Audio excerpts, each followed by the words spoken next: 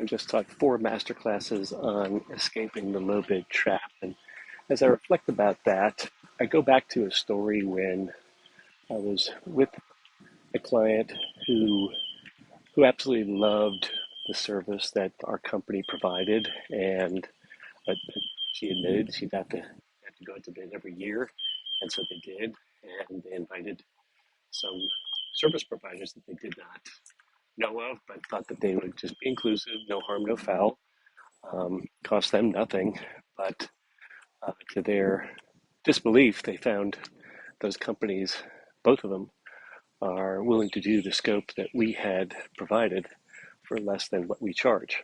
And so she didn't want to change.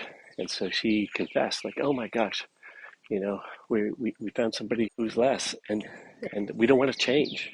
So can you please drop your price? And so that confounded me.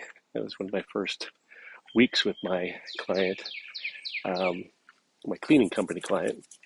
And that confounded me because I thought it was fairly bold to have a property manager who loved our service, who was happily paying for our service, and getting the results that uh, service platform created for her tenants, for her owners. And yet now she finds herself in a position where somebody who may have been willing to do it for less, now we have to share that burden. And it didn't seem right. So I asked her a much more valid question, and that um, is it is it fair to you to shift the burden that you have basically created from you to us and still expect the same outcome, where we have to actually try to perform with less resources to do it, less funds to do it?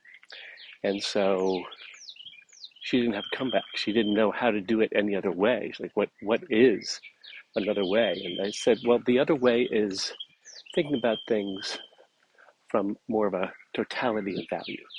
And I've got a method that you can evaluate all of us together and run us through the exact same rigors, and then see who shines, see who comes to the really bubbles up to the surface and and reveals the most cost-effective provider, not the cheapest. And she understood it conceptually. She needed to run through it practically and logistically. And what she did, it was evident. And she said, "Oh, okay.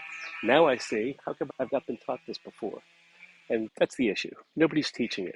Nobody's teaching how to award business. And if you think about property managers and facility managers, just think about all of the billions and billions and billions of square feet that has to be outsourced to professional service companies. And that's billions and billions, maybe trillions of dollars that are outsourced. And so I find it I find it preposterous that nobody's actually ever taught how to teach somebody how to bid properly. And so with that much on the line, with that much at stake, with that much potential damage to value and the prohibition of value enhancement, why not do it a different way? So I'm suggesting that we all look at things differently. And if you don't do it my way, that's fine. But as long as you look at the totality of value, that's what's important. Okay, Skip Erskine here, signing off.